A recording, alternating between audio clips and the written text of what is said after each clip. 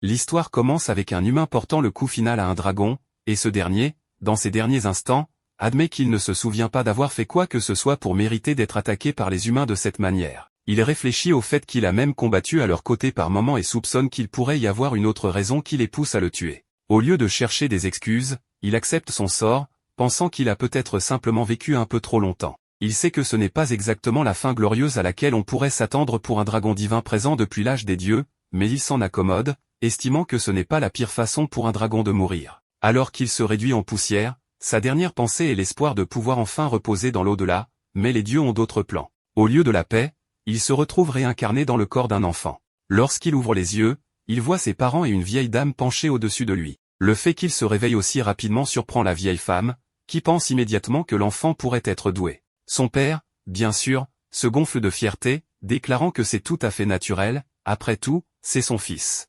Sa mère le nomme Dolan et le présente à son père et à son frère aîné. Puis, l'histoire avance de plusieurs années. On retrouve Dolan, plus âgé, debout sur une colline en train de regarder le coucher du soleil. Une fille nommée Eri arrive pour le ramener à la maison, et il lui sourit. Elle lui demande ce qu'il a en tête, mais il évite la question en disant que ce n'est rien. Les deux retournent au village, et nous apprenons que Dolan vit maintenant à Berne, un village près de la frontière nord du royaume continental d'Arkrest. La scène passe ensuite au réveil de Dolan le lendemain, alors qu'il commence sa routine habituelle. On apprend que, dans ce village, l'agriculture est le seul moyen de subsistance et que Dolan travaille dur dans les champs chaque jour pour gagner son pain quotidien. Après le petit déjeuner, il sort du village et explique qu'ici, à 15 ans, on est considéré comme adulte et on doit vivre de manière autonome. Il a maintenant 16 ans et a déjà quitté la maison pour s'assumer. Plus tard, il va pêcher avec son frère près de la rivière, et son frère mentionne que Dolan prévoit d'aller explorer le marais demain. Dolan confirme, expliquant qu'il faut faire quelque chose, car les hommes lézards ont disparu depuis un mois. Son frère, Dylan, lui rappelle que c'est normalement le travail des soldats, mais Dolan sait que le capitaine de la garde, Balan, et ses hommes sont trop occupés à protéger le village. Si Dolan n'agit pas, personne ne le fera. Son frère propose de l'accompagner, mais Dolan le rassure en lui disant qu'il ira bien. Juste à ce moment-là, Dolan sent un coup sur sa ligne et ramène un poisson. Plus tard, alors qu'il rentre au village avec sa prise, il croise la soldate Malida, qui le taquine à propos de sa pêche. Elle commente qu'au lieu de pêcher, il devrait se préparer pour son expédition de demain, mais Dolan la rassure en lui disant qu'il se prépare un peu chaque jour depuis la semaine dernière. Il la remercie ensuite d'avoir aidé à convaincre le chef d'autoriser cette mission, mais Malida balaie l'idée, disant que ce n'est pas grand-chose, car Dolan aide toujours les soldats lors de leurs entraînements. Il demande ensuite si elle et le soldat Albert partent quelque part, et il confirme qu'ils vont planifier la prochaine session d'entraînement pour les enfants. Albert conseille alors à Dolan de se concentrer sur son expédition de demain et de ne pas s'inquiéter pour eux. Dolan rentre ensuite chez lui et ajoute du sel au poisson pour le conserver. Alors qu'il termine, Eri arrive, lui rappelant que c'est le jour de la pratique de la magie. Il la taquine en se demandant si elle est venue le chercher, et elle rougit en disant qu'elle était simplement dans le coin peu après. Nous voyons Dolan pratiquer la magie avec la vieille dame qu'il avait rencontrée auparavant. Il lance un sort appelé éclair d'énergie sur une cible, et tout le monde est impressionné par sa précision et sa puissance brute. La vieille femme loue sa magie offensive, la qualifiant d'impressionnante comme toujours, et Dolan attribue humblement cela à ses enseignements. Elle annonce ensuite qu'il est temps de pratiquer la magie médicale, et on découvre rapidement que c'est le talon d'Achille de Dolan. Après l'entraînement, sur le chemin du retour, Dolan tombe sur une fille aux cheveux argentés. Le chef du village la présente comme Christina et l'informe qu'elle restera au village pendant un certain temps. Il se penche et murmure à Dolan de ne pas l'offenser, car elle est une noble. Dolan lui serre la main et, alors qu'elle s'éloigne avec le chef, il remarque qu'elle semble assez compétente. Plus tard, on retrouve Dolan de retour au village après avoir cueilli quelques fruits. Il explique comment les hivers ici sont suffisamment rigoureux pour congeler quelqu'un sur place, et les étés peuvent être insupportablement chauds. Il est encore surpris que les humains parviennent à vivre dans de telles conditions extrêmes. Dolan se rend ensuite chez ses parents, où il est accueilli par son frère Marco. Il leur remet les fruits qu'il a récoltés dans la forêt, et sa mère le remercie chaleureusement. La famille s'installe pour un repas préparé par sa mère, et alors que Dolan commence à manger, il déclare que la cuisine de sa mère est toujours la meilleure. Son père rit doucement, en commentant que même si vivre seul peut être relaxant, Dolan devrait envisager le mariage pour ne pas finir seul. Dolan se rappelle que son frère Dylan lui avait dit la même chose, mais il avoue qu'il veut profiter de sa vie de célibataire un peu plus longtemps. Marco se souvient soudain que Dolan part pour le marais demain, et leur mère exprime son inquiétude, espérant qu'il ne se retrouvera pas en danger. Dolan la rassure, affirmant qu'il ne prendra aucun risque inutile. Son père intervient en lui rappelant que c'est désormais sa décision, puisqu'il est adulte, mais il espère que Dolan reviendra sain et sauf pour ne pas inquiéter sa mère. Le lendemain, alors que Dolan s'apprête à partir pour le marais, Tout le village se rassemble pour lui faire ses adieux. Laetitia, la prêtresse du village, lui donne ensuite une simple bénédiction pour le protéger, et la vieille femme de tout à l'heure le prévient d'être prudent, car ses prédictions ont révélé quelque chose de mauvais à l'horizon. Dolan hoche la tête, prenant ses paroles au sérieux. Eri, rougissante, lui tend alors un panier repas, et avec cela, Dolan s'en va, faisant un signe d'adieu en quittant le village. En chemin vers le marais, il explique comment les hommes lézards qui vivaient là interagissaient parfois avec les habitants de Berne, mais qu'un jour, ils ont simplement disparu. Personne n'ayant réussi à comprendre ce qui s'était passé, Dolan s'est porté volontaire pour enquêter. Après un moment, il atteint enfin le marais et commence à inspecter le lac, cherchant la cause du trouble. Il réalise rapidement que le pouvoir des élémentaires de terre est fort ici, tandis que celui des élémentaires d'eau s'affaiblit. Progressant avec prudence, il se rappelle que Maguru, la vieille femme, est généralement très précise avec ses prédictions, et il ressent quelque chose de proche. La main sur son épée, il se prépare, sachant que seuls des monstres puissants peuvent survivre dans un marais dans cet état. C'est alors qu'il aperçoit une magnifique lamia, une créature rare dans cette région. Alors qu'il tire son épée, la lamia lui demande curieusement s'il est tout seul. Il confirme, et elle sourit, visiblement ravie. Elle semble réfléchir à sa prochaine action, se rappelant ce que sa mère lui avait enseigné, utiliser le charme et un petit quelque chose de plus dans des situations comme celle-ci. Sortant de nulle part, elle commence à faire une danse ridicule, ce qui surprend Dolan, puis elle le rassure en disant qu'elle n'est pas venue ici pour se battre. À ce moment-là, un monstre apparaît derrière la lamia, prêt à attaquer, mais Dolan bondit pour la protéger, et tous deux fuient en se cachant sous un grand champignon à proximité. Il se rappelle avoir entendu parler d'un gros tremblement de terre récemment, et suppose que cela a dû déclencher la folie de l'élémentaire. Il soupire, sachant qu'il n'y a aucun moyen de le ramener à la normale, et se présente comme Dolan. La lamia se présente également, sous le nom de Selina. Dolan lui demande alors si elle sait utiliser la magie, et lorsqu'elle confirme, il lui propose de s'associer pour abattre l'élémentaire enragé. Selina, horrifiée, proteste en expliquant qu'étant elle-même un monstre de terre, ses attaques pourraient ne pas être efficaces. Cependant, elle révèle qu'elle possède un sort racial unique qui pourrait faire l'affaire. Dolan propose alors d'aller en première ligne pendant qu'elle le soutient depuis l'arrière. Selina accepte nerveusement, ajoutant qu'ils seront ensemble jusqu'à ce que la mort les sépare. Dolan ne peut s'empêcher de sourire en lui rappelant que c'est quelque chose que l'on dit quand on se marie. Selina, embarrassée, bafouille ses mots, clairement troublée. Les deux restent alors cachés en attendant que l'élémentaire de terre apparaisse. Selina, incertaine de pouvoir faire confiance à un humain qu'elle vient de rencontrer, jette un coup d'œil à Dolan, mais lorsque celui-ci donne le signal, ils chargent ensemble le monstre. L'élémentaire de terre attaque, et Dolan le bloque, protégeant à la fois lui-même et Selina. Celle-ci commence à réciter son sort racial, invoquant un immense serpent qui s'enroule autour de l'élémentaire, l'immobilisant. Dolan saisit l'opportunité pour attaquer, mais Selina ne peut pas maintenir le monstre immobilisé très longtemps, et il se libère. Heureusement, Dolan est déjà assez proche. Il esquive l'attaque de l'élémentaire, saute sur lui et canalise la magie draconique à travers son épée, tranchant le monstre en deux. Cela déclenche un petit glissement de boue, laissant Selina couverte de boue. Dolan, reprenant son souffle, lui demande si elle va bien. À paraître un peu sale, Selina se porte bien. Il la remercie ensuite pour son soutien et suggère qu'il devrait la nettoyer puisqu'elle doit avoir froid. Après avoir récupéré les cristaux laissés par l'élémentaire de terre, la scène passe à Dolan et Selina, qui se réfugient dans une cabane en ruine. Dolan prépare le repas, et Selina ne peut s'empêcher de trouver amusant qu'il soit si à l'aise en sa présence. Elle le taquine, et il explique qu'elle n'est pas comme les autres lamias qu'il a rencontrées auparavant, celles-ci ont tendance à être plus méfiantes envers les humains et bien plus agressives. Il lui demande ensuite ce qu'elle fait dans la région, car il n'y a pas de village de lamias à proximité. Selina explique qu'il est traditionnel pour les lamias de commencer à chercher un mari lorsqu'elles atteignent 17 ans, et qu'elle est en plein dans ce voyage. Dolan, en hochant la tête, trouve cela plutôt intéressant. Selina ajoute alors un fait amusant, les lamias sont une race entièrement féminine, elles ne donnent naissance qu'à des filles, et les rares fils qu'elles ont sont toujours de la même race que leur père. Elle poursuit en révélant que les lamias sont le résultat d'une malédiction lancée sur une femme humaine il y a longtemps, et cette malédiction a été transmise de génération en génération. À cause de cette malédiction, elles sont en partie serpents, et leurs fluides corporels sont toxiques. Cela rend la recherche d'un mari compliquée, car celui-ci doit avoir un corps robuste et être résistant au poison, sinon, disons simplement que la procréation devient mortelle. Dolan réfléchit à la difficulté que cela représente pour trouver un partenaire, et Selina confirme que c'est le cas.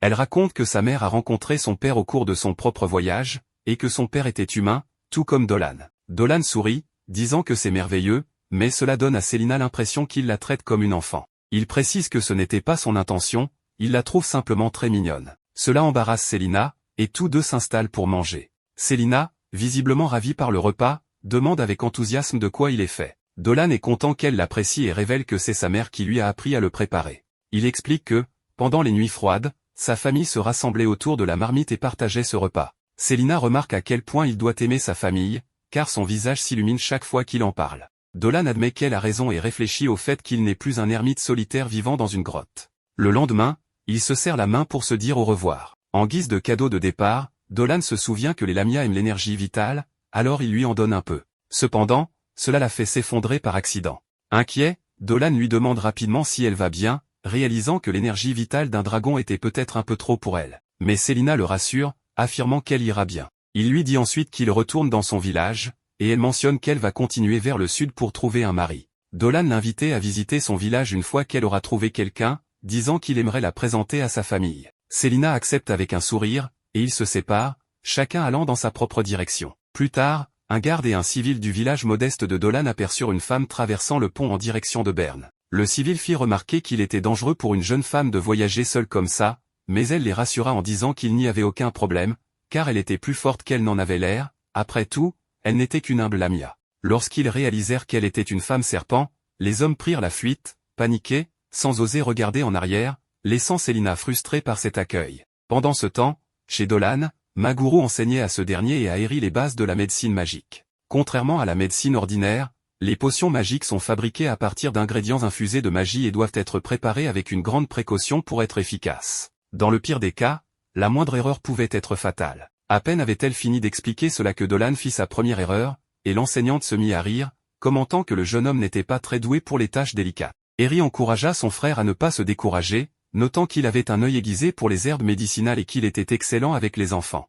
Enfin, un peu timidement, elle ajouta qu'en plus de tout cela, il était aussi beau. Dolan la remercia pour les compliments, mais admit qu'il avait du mal à suivre les recettes complexes, reconnaissant qu'il avait encore beaucoup à apprendre. Quant au mélange d'Eri, Maguru n'y trouva aucun défaut et l'envoya jouer dehors. Eri, cependant, préférait aider sa mère et partit une fois excusée. Pendant ce temps, Dolan réfléchissait au fait qu'en tant que dragon dans sa vie passée, il n'avait jamais eu besoin de médicaments, ce qui expliquait pourquoi il n'était pas doué avec les choses délicates. Malgré la frustration du jeune homme, Maguru le rassura en lui disant qu'il avait une magie offensive de première classe, mais qu'il avait encore des difficultés avec la médecine magique. Néanmoins, l'enseignante lui rappela qu'il n'y avait pas de raison de se précipiter, il n'y a pas de raccourci dans la vie. Dolan avait du talent, et les obstacles qu'il rencontrerait en cours de route faisaient simplement partie du chemin pour atteindre un nouveau niveau. Il se souvint d'une phrase que Maguru disait souvent, la connaissance correcte et les petites déviations. Elle renforça cette leçon, prévoyant de lui apprendre à transformer ses échecs empoisonnés en antidotes. Plus tard, Dolan alla déjeuner chez Eri après y avoir été invité. Le père de la jeune fille prononça une prière au nom de Maïral, la déesse de la nature, pour la remercier de sa générosité. Pendant cela, Dolan réfléchit au fait que cela faisait longtemps qu'il n'avait pas vu Maïral. Après le déjeuner, Dolan se hâta, réalisant qu'il était resté plus longtemps que prévu. Avant d'atteindre sa destination, il fut arrêté par Miu, une personne bovine. Elle lui demanda si ce n'était pas son jour d'entraînement, et il confirma qu'il était en retard pour cette raison. Finalement, elle lui offrit du lait frais, car cette semi-humaine partageait son lait avec les villageois, qui l'appréciaient tous. Dolan avoua lui-même qu'il trouvait cela délicieux, mais annonça qu'il devait partir. Cependant, Miu insista, lui tendant une tasse pour qu'il boive. Après une brève hésitation, il but avec enthousiasme, puis prit congé. Non loin de là, Christina observait Dolan se précipiter à travers le champ. Un peu plus tard, il arriva enfin sur le terrain d'entraînement, où 3 jeunes garçons s'exerçaient à la lance sous la supervision d'Albert. Dolan s'excusa pour son retard, mais le professeur ne semblait pas contrarié. Au contraire, il sourit à son ami et annonça une pause. Les enfants se rassemblèrent rapidement autour de Dolan pour lui montrer leurs compétences à la lance, mais l'homme plus âgé leur dit de revenir après la pause, laissant les jeunes déçus. Soudain, Dolan sentit la présence d'un monstre à proximité. Albert remarqua le comportement étrange de son ami et lui demanda ce qui se passait, mais Dolan balaya la question, disant que ce n'était rien. Plus tard dans la nuit, Dolan retourna dans la forêt, cherchant la source de la sensation qu'il avait eue plus tôt. Dans son esprit, il s'agissait certainement d'un monstre, et peut-être même d'un familier. Suivant ses instincts, il s'enfonça profondément dans les bois jusqu'à apercevoir Selina en train de se baigner. Selina, surprise, faillit se cogner la tête en trébuchant, mais Dolan était là pour prévenir le pire. Avec tout en ordre, l'homme lui demanda ce qu'elle faisait là, mais Selina ne pouvait pas parler, se sentant trop exposée, alors elle lui demanda de fermer les yeux. Dolan ne comprenait pas pourquoi, puisque Selina était une si belle femme, et être regardée ne diminuerait en rien sa beauté. Agacé, la Lamia ne comprenait pas comment il pouvait être aussi indifférent. Il expliqua calmement que désirer les choses belles était un instinct naturel, et qu'il n'y avait rien de honteux à cela. Cela dit, Dolan apparut bientôt avec une marque de main sur le visage, s'excusant pour son manque de tact, car Célina s'était vengée. L'homme reprit alors ses questions pour savoir pourquoi elle était là. Après tout, elle avait dit qu'elle partait à la recherche d'un mari. Célina avoua que c'était bien son plan, mais que les choses ne s'étaient pas bien passées jusqu'à présent, alors elle avait décidé de rendre visite à Dolan dans son village, car voyager seul était difficile. Dolan fut ravi de sa présence et promit de faire tout ce qu'il pouvait pour l'aider. D'ailleurs, il eut la brillante idée qu'ils devraient vivre ensemble, ce qui plongea Célina dans un état de panique. Après s'être remise du choc, elle demanda s'il était sérieux, étant donné qu'elle était un monstre. Dolan expliqua que dans son village, il y avait de nombreux êtres bêtes et demi-humains, bien que les villageois puissent se méfier de Célina parce qu'elle était une Lamia,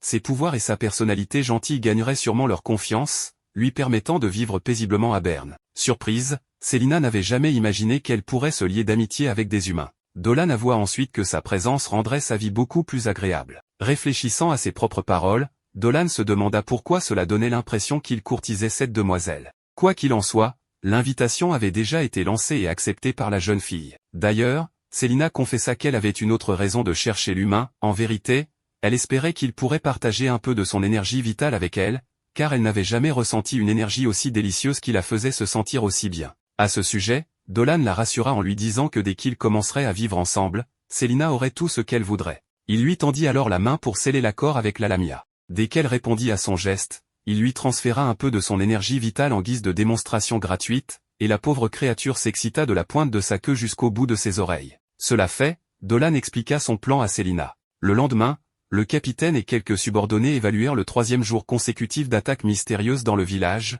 où des animaux étaient tués et laissés sur place, accompagnés d'une étrange trace enfoncée dans le sol. À ce sujet, ils pensaient que le coupable pouvait être cette ombre mi-humaine mi-créature qu'ils avaient aperçue la nuit précédente, en d'autres termes, une Lamia, un être extrêmement dangereux craint par les humains. Ce que le capitaine ne comprenait pas, c'était pourquoi elle laissait ses proies dans le village au lieu de les emporter pour les manger. Sans plus attendre, l'officier avertit les anciens du village de la menace qui rôdait sur le territoire. Tout le monde voulait comprendre pourquoi une Lamia apparaissait dans cette région, car cela arrivait rarement. Le capitaine Ballan suggéra de former une escouade pour éliminer la créature une fois pour toutes. Cependant, l'un des dirigeants fit remarquer que le village avait trop peu de gens et que ce serait trop risqué, il fallait donc demander des renforts à la capitale, ce qui signifiait envoyer un messager immédiatement. Pendant ce temps, Dolan entendit la conversation en travaillant avec Albert pour ramasser du bois, réfléchissant à la profondeur du fossé entre les humains et les monstres. Pour lui, il était triste de penser qu'une femme comme Célina, si gentille et douce, serait détestée par les gens simplement parce qu'elle était ce qu'elle était. Lors de la réunion, Maguro exhorta tout le monde à ne pas paniquer et reconnut que Ballan était profondément préoccupé pour le village. Cependant, elle expliqua que la Lamia laissait probablement les animaux en offrande au village et suggéra qu'ils essaient de comprendre pourquoi. À ce moment-là, Eri arriva à la réunion avec les résultats de la divination suggérée par Maguro. L'ancien examina soigneusement l'étrange peau et conclut qu'Eri était parvenu au même résultat qu'elle. En d'autres termes, la divination prédisait que l'apparition du serpent était un bon présage et que tout le monde devait attendre de voir ce qui se passerait. En entendant cela, Dolan se réjouit de la décision et se précipita vers Célina à la fin de la journée, sachant qu'il pouvait désormais avancer avec la dernière partie de son plan. Lorsqu'il l'atteignit, il informa Célina que le plan des offrandes avait fonctionné, puis lui expliqua l'étape suivante. Le jour suivant, Ballan expliqua aux autres soldats que la Lamia avait été aperçue dans la région, donc une nouvelle session d'entraînement aurait lieu ce jour-là pour garder tout le monde en alerte en cas d'incident. Les enfants étaient captivés par la présence imposante du capitaine, en particulier Toro, son fils. Pendant ce temps, Dolan réfléchissait au fait que c'était le cœur de la défense de Berne et que ces personnes allaient l'aider avec la dernière partie de son plan avec Célina, y compris le capitaine, le lieutenant et même la prêtresse Laetitia, qui pouvaient utiliser des miracles de guérison et des antidotes. Cependant, comme elle était considérée comme une messagère de la déesse Maïral, Dolan devait être prudent pour ne pas la faire voir Célina comme une menace, car cela signifierait la fin pour elle. Quoi qu'il en soit, le reste dépendait maintenant de la Lamia. Sachant cela, la pauvre créature tremblait de peur. La nuit précédente, Dolan avait prévu qu'elle le sauve pendant l'entraînement dans le territoire des lapins fouisseurs, car il entrerait volontairement dans la tanière des animaux, puis donnerait le signal pour être secouru par Célina. Cependant, malgré le plan, un garde arriva en courant pendant l'entraînement pour signaler qu'un ours cuirassé approchait. Sans tarder, la gigantesque bête apparut, enragée. Ballan ordonna à tout le monde de ne pas attaquer, car un coup de l'animal pourrait couper un humain en deux. Le problème était que Toro était sans défense et très proche de l'ours. Dolan réagit rapidement, se jetant sur le garçon pour éviter une tragédie. Au même moment, Célina apparut soudainement, se jetant sur Dolan pour le protéger des griffes de la bête. En réponse, la Lamia lança un sort sur l'ours, lui ordonnant de retourner dans la forêt, ce qui stupéfia tout le monde, car la bête obéit docilement à son commandement. Après avoir écarté l'ours, Célina demanda si Toro allait bien, mais le capitaine doutait des intentions de la Lamia et la menaça. Dolan argumenta qu'elle les avait sauvés, et Malide acquiesça. Pourtant, Balan restait méfiant, il questionna pourquoi la Lamia avait laissé des offrandes dans le village et pourquoi elle avait sauvé Dolan et Toro. Célina expliqua qu'elle les avait sauvés parce que leur famille serait dévastée s'ils mouraient. Sur ce, Célina s'inclina et supplia d'être autorisée à vivre dans le village, expliquant que son père était humain et avait toujours aimé sa mère. En entendant cela, Balan demanda l'avis de Laetitia. La prêtresse reçut un message de la déesse Maïral affirmant que la Lamia devant eux n'était pas une menace et que tout le monde devait vivre en harmonie. Elle s'approcha ensuite de Célina et remarqua que la créature gardait les yeux fermés pour apaiser la peur humaine des malédictions, mais elle lui demanda doucement d'ouvrir les yeux parce que tout allait bien. Cependant, Célina était gravement blessée et finit par s'évanouir. Après quelque temps, Célina se rétablit et on lui attribua une maison où vivre. Lorsqu'elle visita son nouveau chez-soi, elle fut touchée par la gentillesse des villageois. Il y avait même une peluche de champignons à l'intérieur de la maison, une idée suggérée par le capitaine Balan lui-même. En parlant de lui, Balan s'excusa d'avoir pointé son arme sur la Lamia, car elle avait sauvé la vie de son fils. Harry demanda à Célina de partager tout ce qu'elle savait sur son espèce afin qu'il puisse mieux apprendre à s'occuper d'elle. De même, Célina souhaitait apprendre tout ce qu'elle pouvait sur la race humaine. Enfin, Dolan fit semblant de ne pas connaître le serpent et lui tendit la main en guise de salutation. Elle pleura et répondit à son geste. Ainsi, Dolan accueillit Célina au village de Berne. Plus tard, Célina continuait de recevoir plus de choses chez elle, tandis que Dolan, au loin, se réjouissait que son plan ait réussi. Mais en se souvenant que la déesse Maïral l'avait aidé avec la prédiction, il souhaitait simplement la revoir pour la remercier de son aide ce jour-là.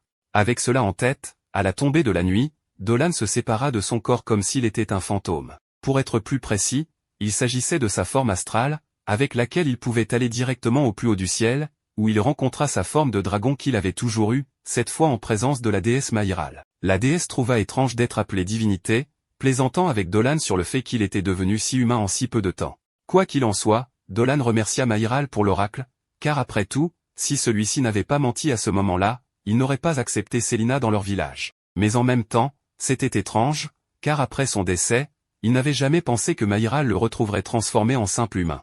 Cependant, la déesse affirma qu'une âme comme la sienne était difficile à ignorer. Dolan avoua qu'il ne savait toujours pas comment il avait fini par devenir humain.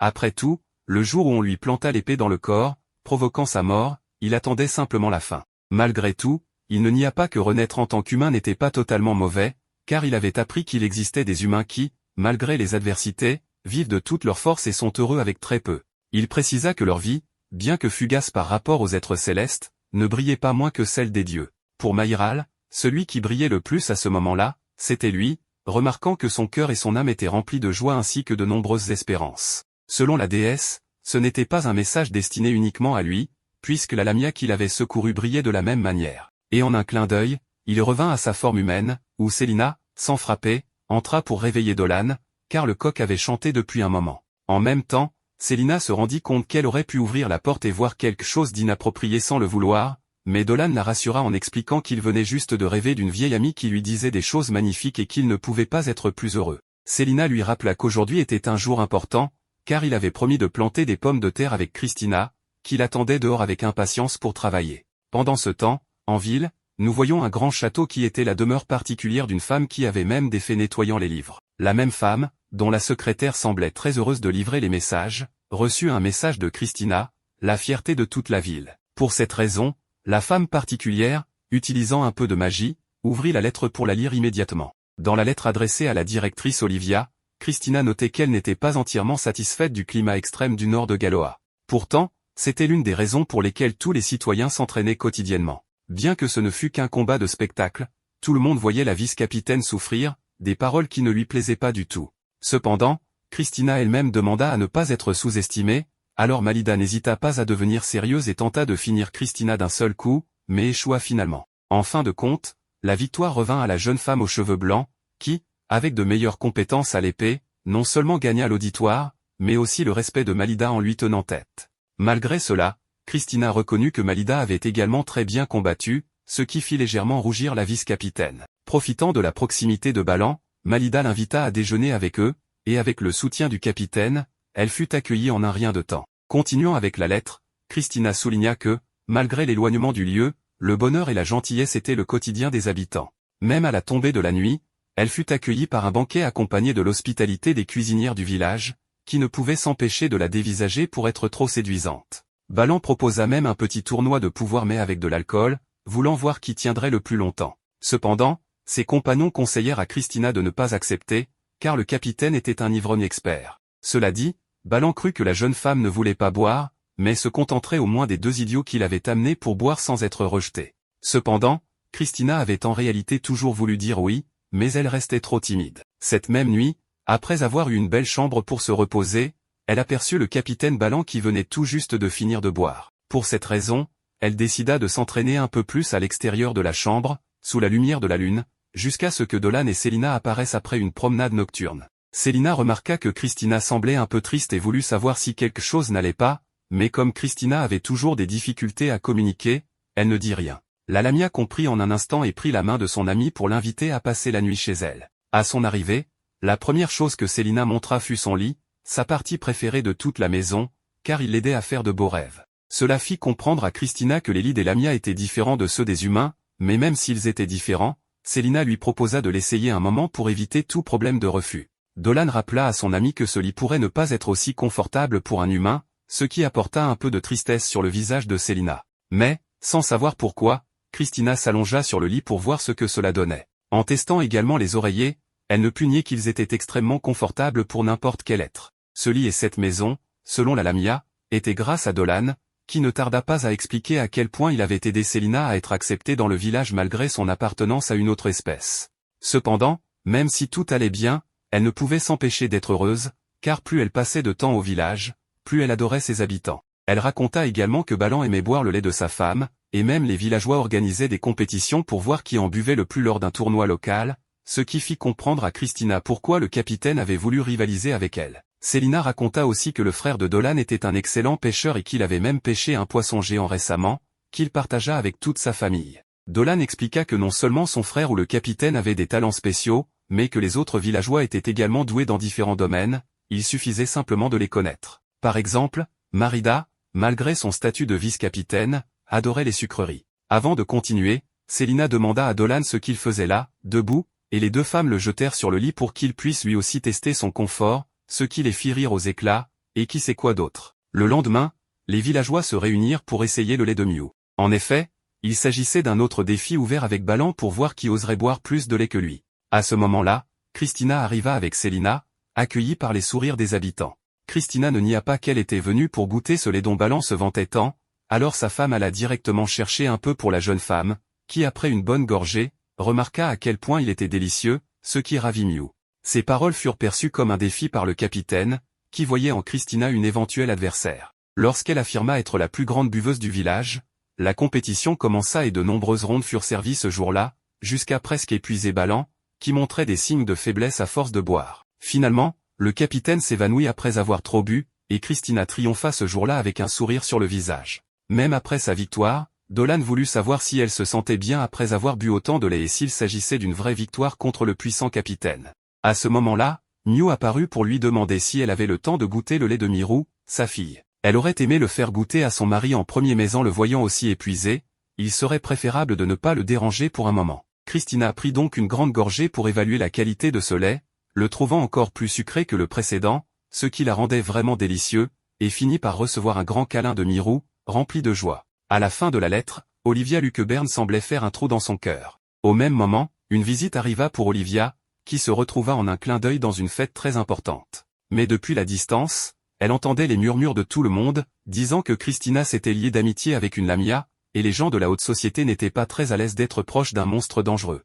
Ces rumeurs arrivèrent jusqu'à Kiren, qui se rendit auprès d'Olivia pour en savoir plus sur cette Lamia. Selon elle, il était essentiel de tout savoir sur la menace que Christina pourrait affronter. Après tout, une Lamia était une créature dangereuse à garder près de soi, et avec la vague de disparitions qui avait eu lieu dans la ville, il valait mieux protéger la chère Christina. Cependant, la directrice affirma qu'il n'y avait rien à craindre, car selon son élève, la Lamia était très amicale. De plus, l'oracle de la déesse Maïral avait demandé aux habitants du village de vivre avec elle, des paroles que Kiren ignora, préférant se précipiter pour sauver Christina du danger. À cet instant, un homme qui semblait être le propriétaire de ces terres affirma qu'il partirait bientôt pour protéger la jeune fille de tout péril. De retour auprès des protagonistes, ceux-ci venaient de finir de planter les pommes de terre, mais Célina avait commis l'erreur de les planter trop proches les unes des autres. C'est alors que Kless apparut en courant pour annoncer qu'il y avait un problème et qu'il devait se rendre immédiatement à la porte du village, où le maire cacha Christina aussitôt. En effet, l'homme que nous avions vu auparavant,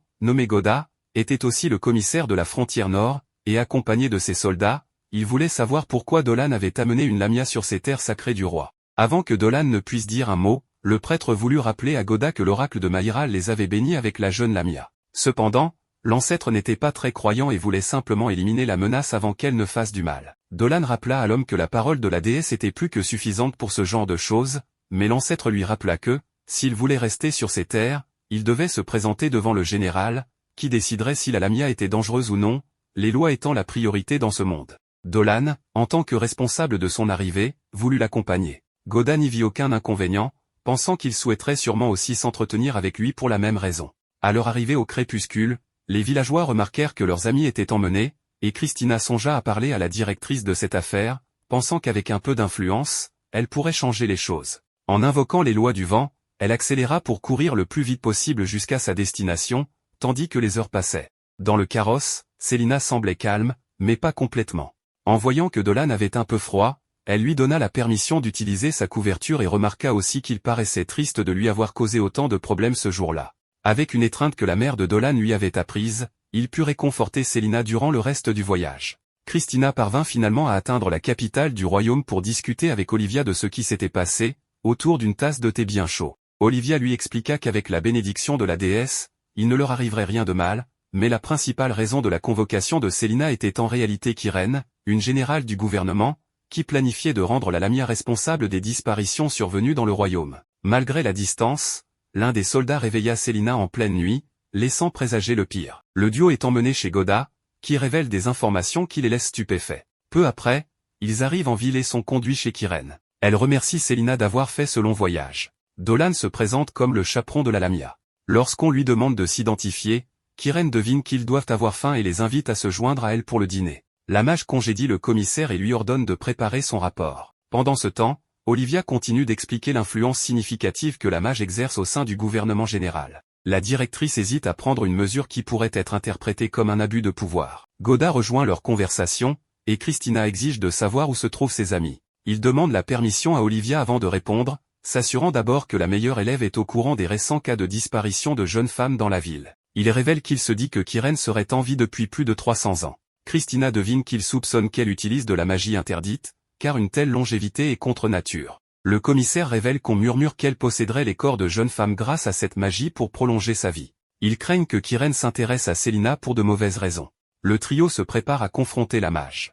La directrice ne voulait pas impliquer une étudiante dans cette affaire, mais elle voit qu'elle n'a pas d'autre choix. Pendant ce temps, Dolan et Célina sont assis à une table remplie de nourriture, et Kyrène informe ses invités qu'ils peuvent manger ce qu'ils veulent. Il la remercie, et la mage promet de faire en sorte que Célina puisse visiter Galoa sans incident à l'avenir. Célina avoue qu'elle pensait qu'elle allait être éliminée lorsque tous les soldats l'ont entourée. Kyrène lui dit que c'était une possibilité si leurs soupçons selon lesquels elle manipulait les villageois avec ses yeux maudits étaient confirmés. Cependant, elle admet que cela aurait été une erreur, car Célina est si pure et belle, elle n'a jamais vu une lamia aussi éblouissante. La mage souligne tous les aspects désirables de Célina avant de déclarer qu'elle veut la dévorer avec un regard dérangé. À ce moment-là, Dolan et Célina s'effondrent, leurs boissons ayant été trafiquées. Kyrène les emmène dans son laboratoire et les fait attacher. La mage est excitée car cela faisait longtemps qu'elle n'avait pas capturé de lamia. Elle admire la peau de Célina et a hâte de la faire sienne. Dolan l'arrête alors qu'elle s'apprête à faire la première incision. Kyrène est surprise de le voir réveillé et se demande si elle a fait une erreur avec le dosage. L'ancien dragon remarque que le cercle magique sur le sol est dessiné avec du ketchup naturel, ce qui indique que cela fait partie de sa routine, étant donné son installation. Kyrène avoue qu'elle a cessé de compter ses victimes lorsqu'elle a atteint 100. Elle déclare qu'elle l'a fait pour la recherche et pour collecter les belles choses chez les autres, car c'est ce qui la rend attrayante. Elle confesse avoir passé un pacte avec le diable, comme une célébrité hollywoodienne typique, et avoir pris des parties de différentes créatures. La mage estime qu'il est temps de se mettre à jour et promet d'utiliser toutes les parties de Célina. La lamia se réveille également, furieuse que la mage ait fait souffrir tant de gens juste par vanité. Elle constate que les avertissements du commissaire étaient justifiés. Dolan révèle qu'il possédait un objet magique qui transmet le son, et que Goda et les autres ont entendu ses vantardises sur ses actes terribles. Les murs du laboratoire explosent soudainement alors que Christina et les autres font irruption. La noble dame n'en revient pas que Dolan et Selina aient accepté d'être des appâts pour ce plan. Le commissaire donne l'ordre aux soldats d'appréhender Kiren. Il devine que la mage avait prévu de faire accuser Selina des enlèvements, et que la Lamia aurait été éliminée sous prétexte qu'elle résistait. Une fois la situation réglée, Kiren aurait utilisé le corps de Selina pour vivre son fantasme. La mage ne pense pas qu'il pourrait comprendre son calvaire, car ils sont nés avec de beaux visages. Elle révèle qu'elle est née laide et qu'elle détestait cela, alors elle a pris la beauté des autres pour s'élever. L'idée qu'il patronne ses efforts la met en colère, alors elle décide de leur montrer les fruits de ses 300 ans de recherche. Le résultat est décevant, car elle se transforme en un monstre hideux et exige qu'ils lui remettent Selina. Elle tend la main vers sa cible, mais ils esquivent tous. Dolan révèle qu'elle a assemblé diverses espèces grâce à la magie, et il ne peut qu'imaginer le nombre de vies qu'elle a prises pour que cela soit possible. Les parties des différentes créatures bougent alors qu'elle déclare qu'elle vivra en harmonie avec ces êtres pour toujours. Kiren estime que Selina est privilégiée de pouvoir faire partie de cette beauté. Elle tente d'attaquer les soldats, mais la Lamia l'arrête avec ses yeux maudits, ce qui permet aux hommes de battre en retraite en toute sécurité. Selina ne peut pas tenir plus longtemps, alors Christina coupe les doigts du monstre avant qu'il ne l'atteigne, mais il régénère. La meilleure élève poursuit son assaut, continuant de taillader. La mage, agacée, libère davantage de puissance, des yeux s'ouvrent tout autour de son corps alors qu'elle lance un sort de magie noire, mais Christina le bloque. La directrice ne peut qu'observer, car elle ne peut pas invoquer ses esprits sous terre. Dolan, qui travaillait sur un cercle magique, demande à la noble dame de se retirer. Lorsqu'il termine, il la piège avec un sort et lance des flèches magiques avec un autre, ce qui détruit la malfaisante. Les villageois restent en ville quelques jours après l'incident. Dolan apprend à Selina à lire, et elle est impressionnée que les humains le fassent constamment. Ils sont ensuite rejoints par Olivia et Goda. Le commissaire s'excuse de les avoir impliqués dans l'affaire. Selina le supplie de relever la tête, lui assurant que tout va bien. Dolan avoue avoir été surpris lorsque le vieil homme leur a demandé de servir d'appât pour son enquête. L'antidote d'Olivia les a aussi aidés à se remettre du poison soporifique. Il est révélé que le gouvernement général est honteux de ne pas avoir pu empêcher leur propre mage de commettre de tels crimes odieux. Goda présente à Selina son permis pour visiter Galoa et son enregistrement en tant que citoyenne officielle du royaume. Il précise qu'il savait dès le début qu'elle était une âme douce, donc elle pourra vivre à Berne sans problème. Elle est surprise de voir à quel point le vieil homme est cool par rapport à leur première rencontre. Olivia a également quelqu'un qui souhaite rencontrer Dolan. Ils se rendent à l'académie et il est heureux de voir Denzel, le fils de Muru, qui a entendu parler des exploits de l'ex-dragon. Il propose de les emmener faire un tour en ville. Ils se rendent au marché principal, et les gens sont terrifiés par Selina. Elle n'est pas blessée par leur peur et souhaite simplement acheter des cadeaux pour tout le monde au village. Après quelques achats, ils se préparent à partir, et Dolan demande à Denzel de venir visiter le village bientôt. Il invite l'ex-dragon à rejoindre l'académie. Denzel a parlé à la directrice plus tôt et pense que son pouvoir magique extraordinaire est gâché. Dolan apprécie l'offre, mais il se sent toujours nécessaire au village. Ils comprennent, mais lui laissent le temps de réfléchir à l'offre. Olivia suggère discrètement qu'elle sait quel genre d'âme Dolan a et déclare que ses pouvoirs aideraient davantage de personnes s'il développait ses connaissances à l'académie. Denzel pense aussi que quitter le village pourrait être le meilleur moyen de le protéger. Selina est attristée de l'entendre dire cela.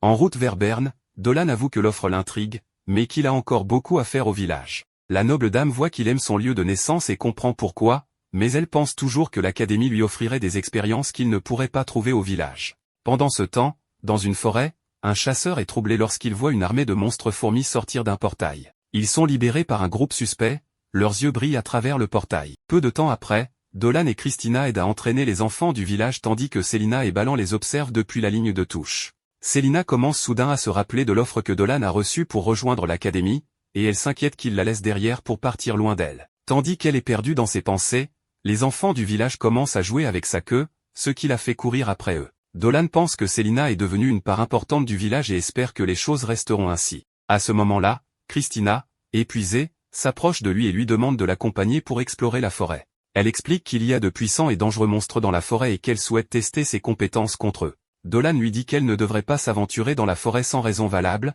mais Christina lui répond qu'un des villageois lui a dit qu'il ne pouvait pas emmener ses cochons paître dans la forêt à cause des monstres. Elle propose alors de devenir garde du corps pour les cochons, car elle estime qu'il est de son devoir d'aider les villageois de toutes les manières possibles. Dolan soupire, se demandant pourquoi Christina est si désireuse d'aller dans la forêt, au point de se proposer pour protéger des cochons, mais il décide finalement de l'accompagner. Bientôt, un troupeau de cochons s'aventure dans la forêt, sous la garde de Dolan, Christina, Balan et quelques chevaliers. Selina remarque les chevaliers qui portent des armures lourdes, et Dolan explique que des monstres inhabituels ont récemment été aperçus dans la forêt, nécessitant des précautions supplémentaires. Ils arrivent au pâturage, et tandis que Dolan et les filles restent en arrière pour surveiller les cochons, Balin mène ses hommes pour patrouiller la zone. Un des cochons s'aventure dans les buissons, et un chevalier en surpoids le poursuit pour le ramener. À sa grande surprise, un puissant tigre-lame projette le cochon blessé vers lui. Terrifié, le garde se paralyse de peur, pensant qu'il est une autre proie pour ce monstre, mais heureusement, Balin arrive à temps pour frapper la tête du tigre avec son énorme marteau.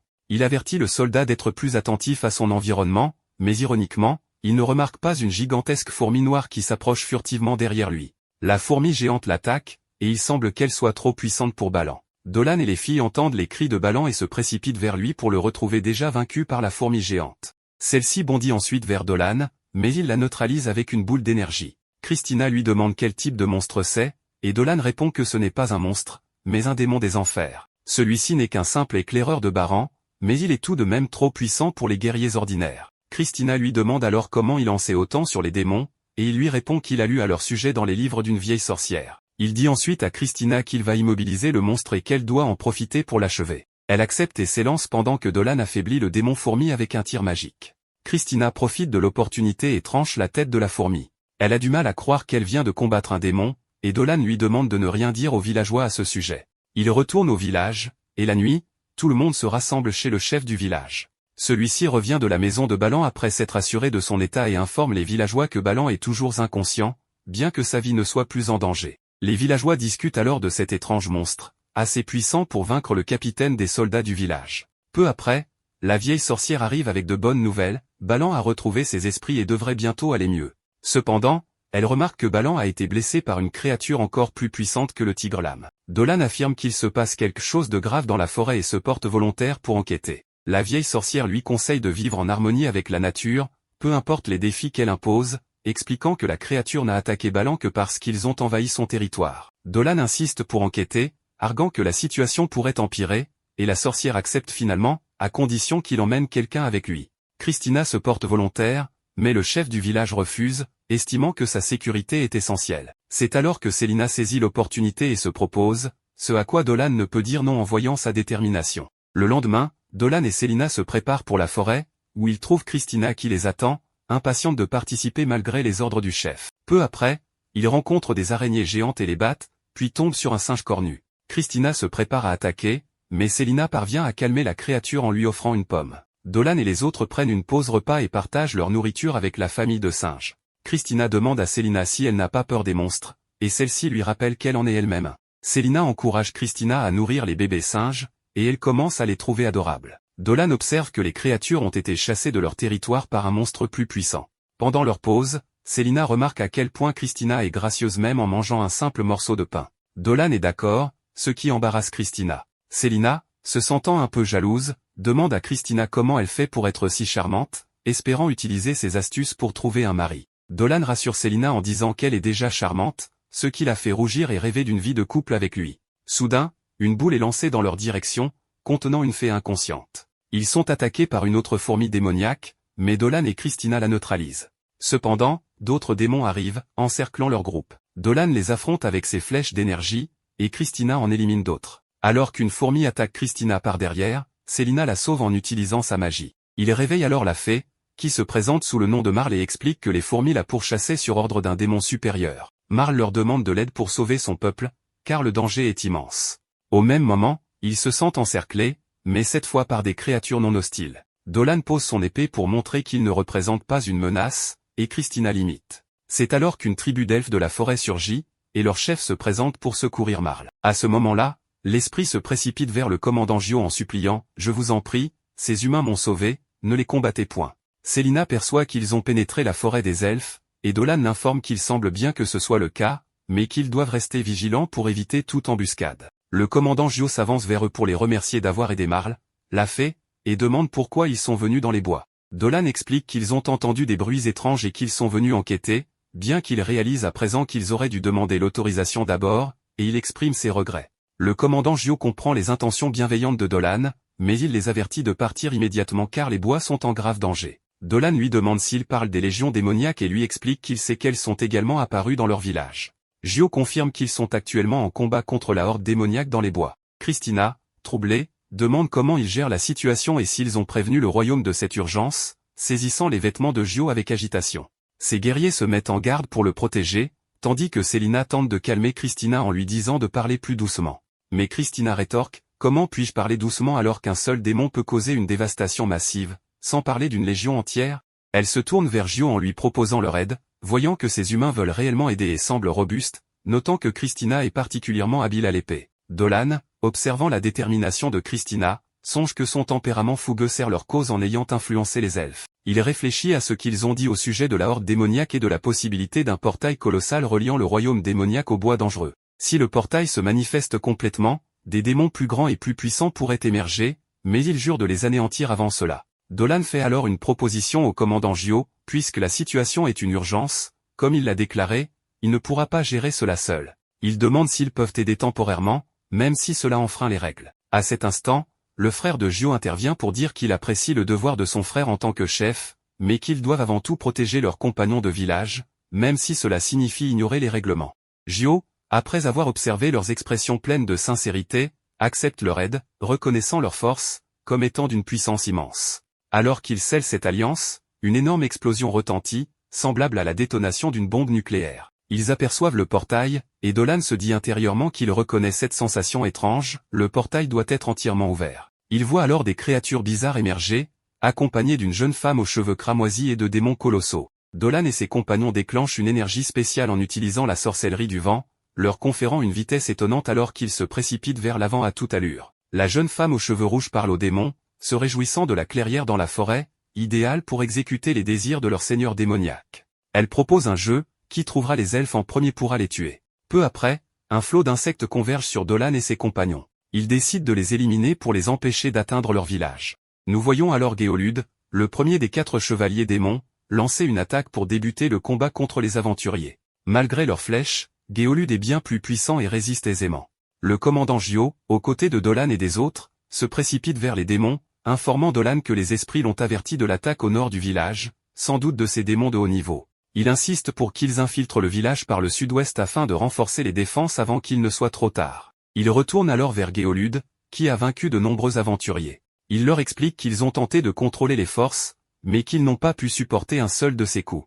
Leurs cris actuels sont une mélodie harmonieuse à ses oreilles. Alors qu'il s'approche de l'un des hommes de Gio, il annonce à celui-ci qu'il aura l'honneur de revoir sa lance. Cependant, avant qu'il ne puisse frapper, Diadra l'arrête en l'enchaînant de fleurs tout autour de son corps et ordonne à l'homme de Gio de fuir rapidement. Géolude se moque d'elle et déclare qu'elle ne peut pas contenir la puissance du grand Géolude, peu importe ce qu'elle essaie. Mais il s'effondre rapidement alors qu'elle siphonne son sang et son énergie mystique pour se fortifier. Ils reviennent alors à Gio et ses guerriers, qui abattent de nombreux monstres. Dolan utilise son pouvoir pour générer d'innombrables flèches afin de frapper ses ennemis, et il leur montre que des flèches tombent du ciel et tuent les insectes. Christina se précipite rapidement vers un groupe d'insectes et les élimine. Gio ordonne à tous de se hâter pour pénétrer par cet emplacement spécifique. Ils s'arrêtent à un endroit où Dolan leur explique qu'ils doivent gagner du temps. Il leur donne des cristaux à utiliser pour des incantations puissantes. Célina reconnaît que ces cristaux sont les cristaux mystiques des marais, et Dolan le confirme. Christina et Célina utilisent leur capacité pour lancer les incantations nécessaires. Christina génère un tourbillon et anéantit un groupe d'insectes, tandis que Célina utilise son incantation pour élever de nombreux rochers du sol et éradiquer un autre groupe. Dolan décide d'utiliser son pouvoir également et lance des flammes sur les insectes restants, les détruisant tous. Dolan et ses compagnons rejoignent ensuite Gio, qui le félicite en affirmant que ses exploits remarquables le rendent plus dépendant d'eux.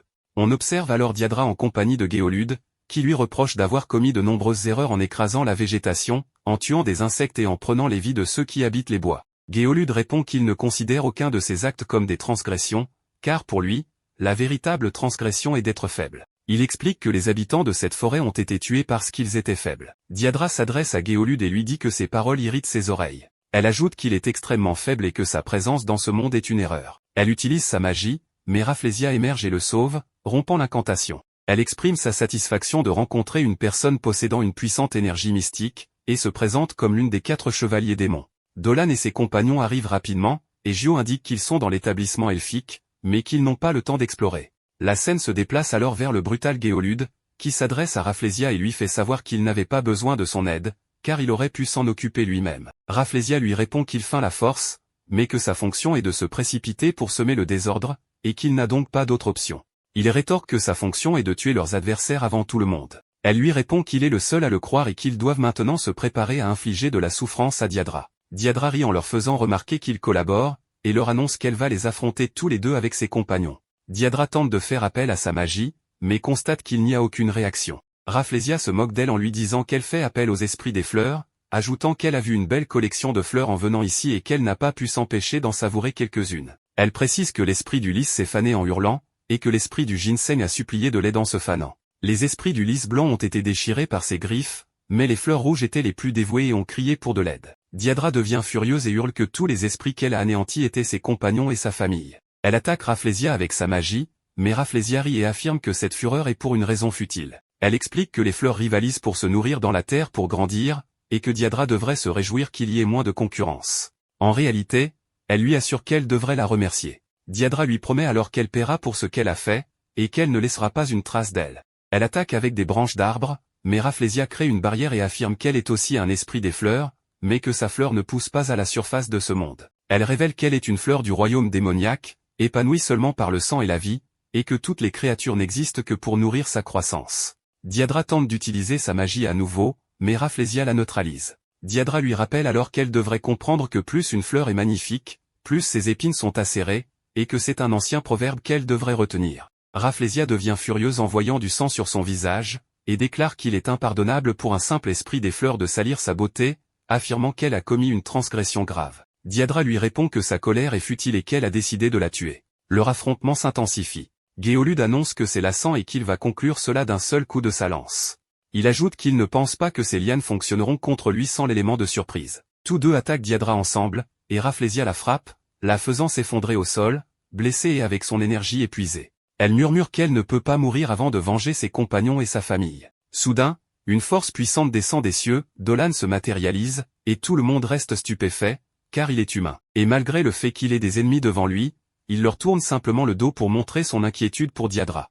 Cet acte offense profondément Géolude. Mais avant qu'il n'essaie de l'attaquer, Christina apparaît pour l'interrompre. Juste après, Dolan dégaine son épée et l'attaque aussi, mais sa lame manque de très peu le coup de Géolude, qui prend rapidement ses distances. Pendant ce temps, Rafflesia profite de l'occasion pour utiliser sa magie et apparaître derrière Dolan pour l'attaquer, mais une flèche se dirige vers elle à grande vitesse pour la stopper, grâce au soutien des elfes, ce qui la met en colère. Quelques secondes plus tard, un violent tremblement se produit alors que le portail s'ouvre de nouveau, laissant apparaître le plus puissant des chevaliers démoniaques, Georg. À son arrivée, Géolude souhaite éliminer les humains le plus rapidement possible, mais soudain un puissant mana fait irruption sur la scène. Il s'agit de Célina, qui, sans plus attendre, libère son pouvoir, sa fureur étant déclenchée par les dommages infligés aux elfes et aux esprits. Après avoir récité un sort, elle envoie un grand groupe de serpents sombres vers Géolude. Rafflesia se précipite vers Célina, désirant se nourrir de son mana, mais c'est ce que Dolan attendait. En quelques secondes, il lance un sort rapide pour envoyer une boule d'énergie.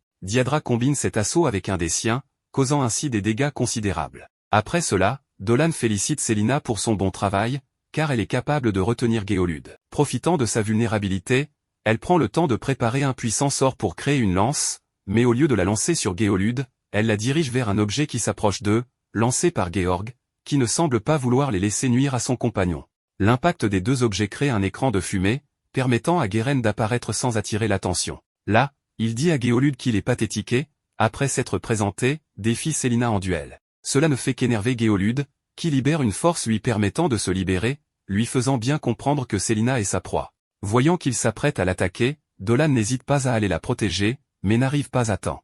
Christina intervient alors pour la défendre. La situation devenant sérieuse, Christina décide de libérer le pouvoir de son épée et l'utilise habilement pour atteindre Géolude par son angle mort et lui planter son épée dans le cou.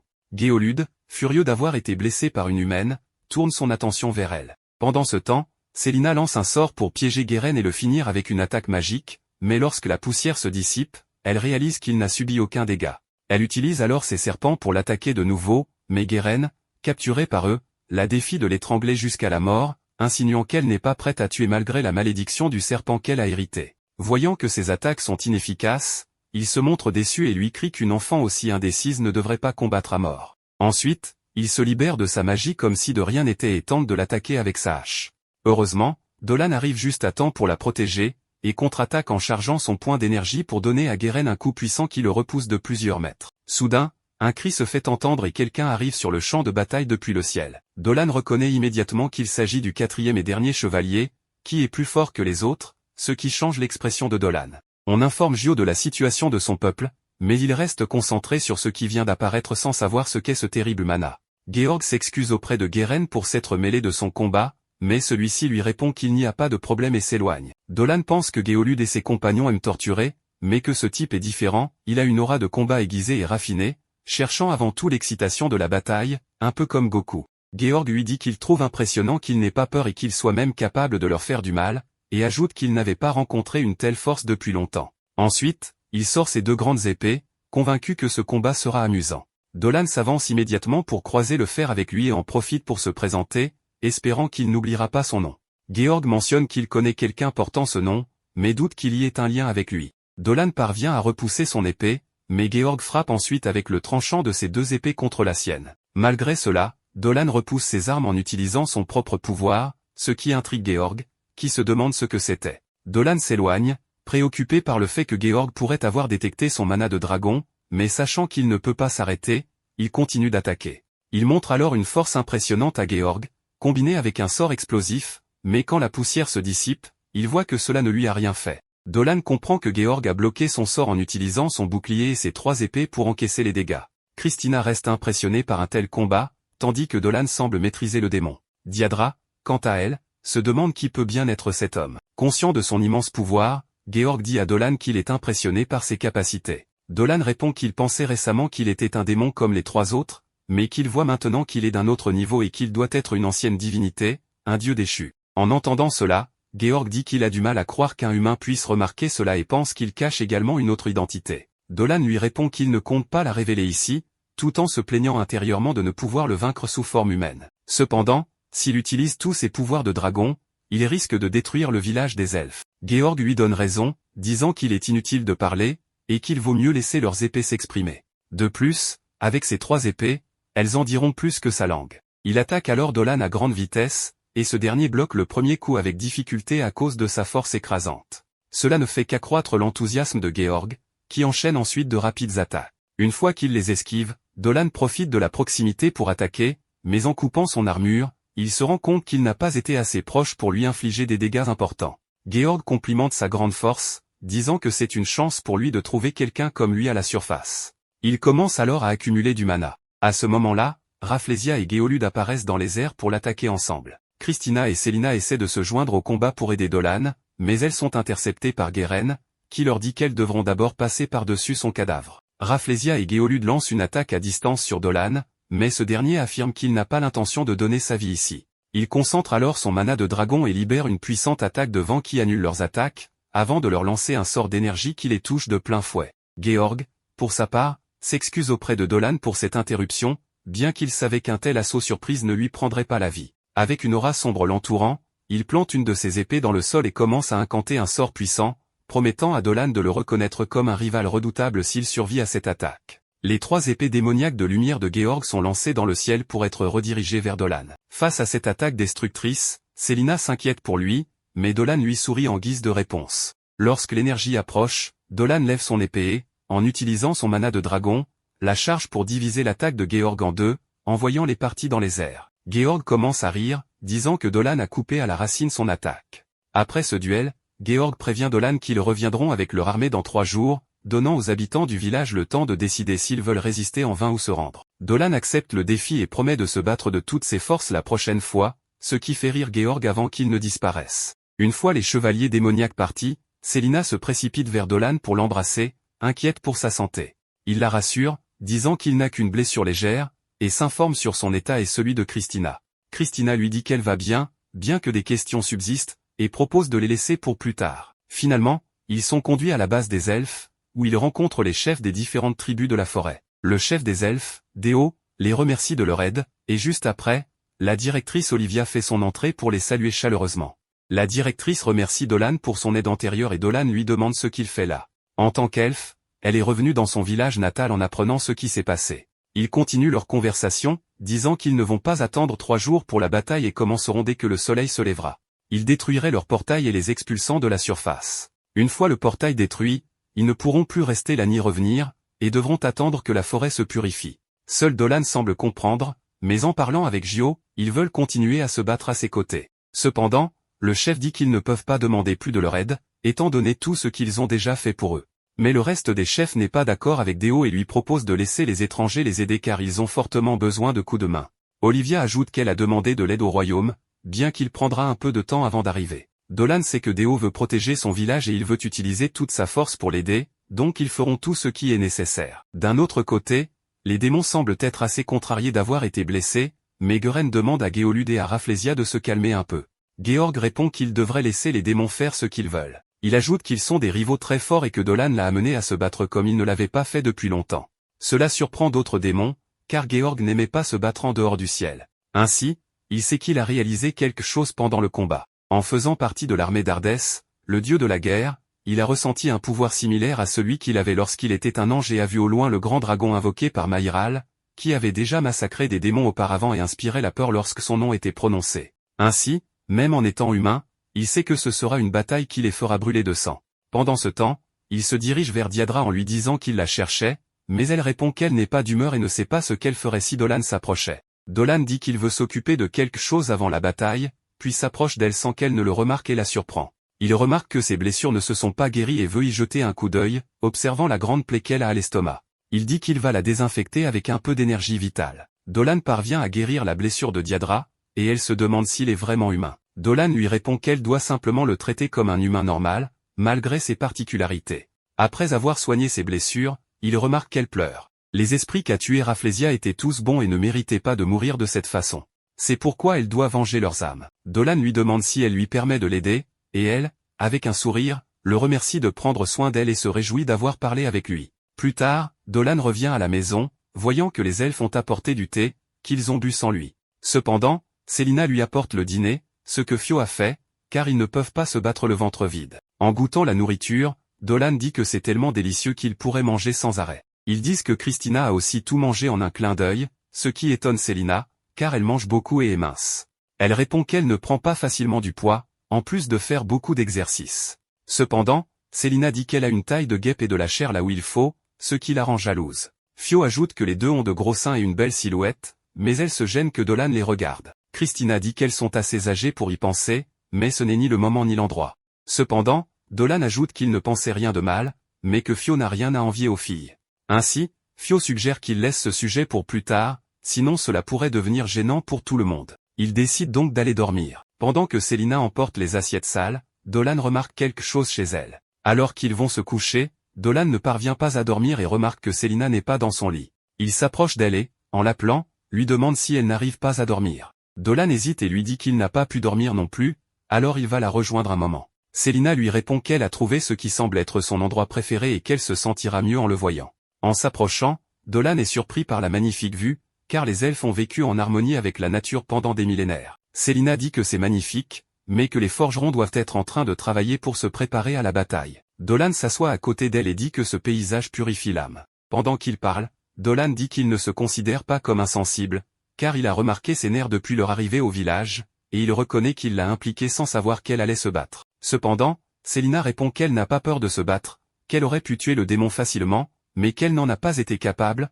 même en sachant qu'il avait blessé beaucoup de gens et qu'il était maléfique, car elle n'est pas capable de prendre une vie, même celle d'un démon. Elle dit qu'elle doit changer, mais Dolan lui répond qu'il a toujours pensé que les Lamia étaient froides et mauvaises, jusqu'à ce qu'il la rencontre, car s'il avait rencontré une Lamia comme celle des histoires, il n'aurait jamais pensé à l'emmener au village.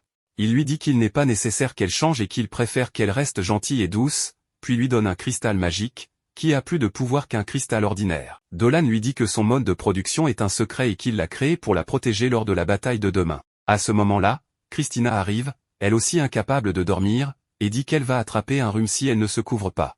Elle est aussi contrariée de ne pas avoir été invitée à profiter de la vue, alors elle se joint à eux. Tout le monde veut protéger le village, et Célina dit qu'elle ne doute plus, car elle veut aider tous les habitants.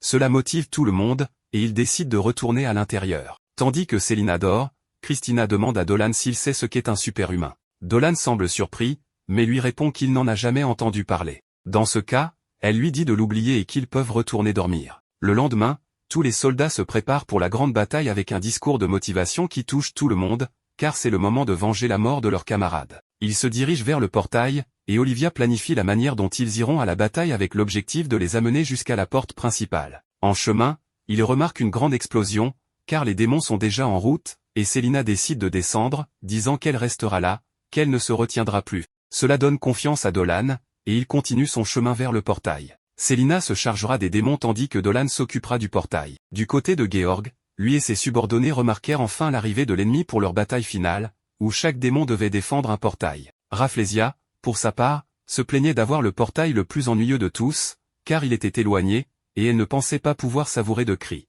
Mais, à sa grande surprise, Diadra s'était dirigé directement vers elle, sans aucune aide, pour leur second affrontement. Pour Rafflesia, venir seule était une grande absurdité, car personne ne pourrait l'aider si elle commençait à souffrir. Cependant, Diadra avait une raison, lors de leur dernier affrontement, des milliers d'innocents, représentés par des fleurs, étaient morts. Cela faisait de cette bataille une mission personnelle pour elle, qu'elle souhaitait accomplir seule. Du côté des elfes, ils avaient des difficultés face à Geren. Une attaque coordonnée semblait être la meilleure option, mais leurs efforts restaient vains, car les coups de hache de Geren étaient si puissants qu'ils projetaient ses adversaires loin de lui. Gio, déterminé, continua d'essayer, jusqu'à ce que des rochers apparaissent soudainement pour ensevelir le démon.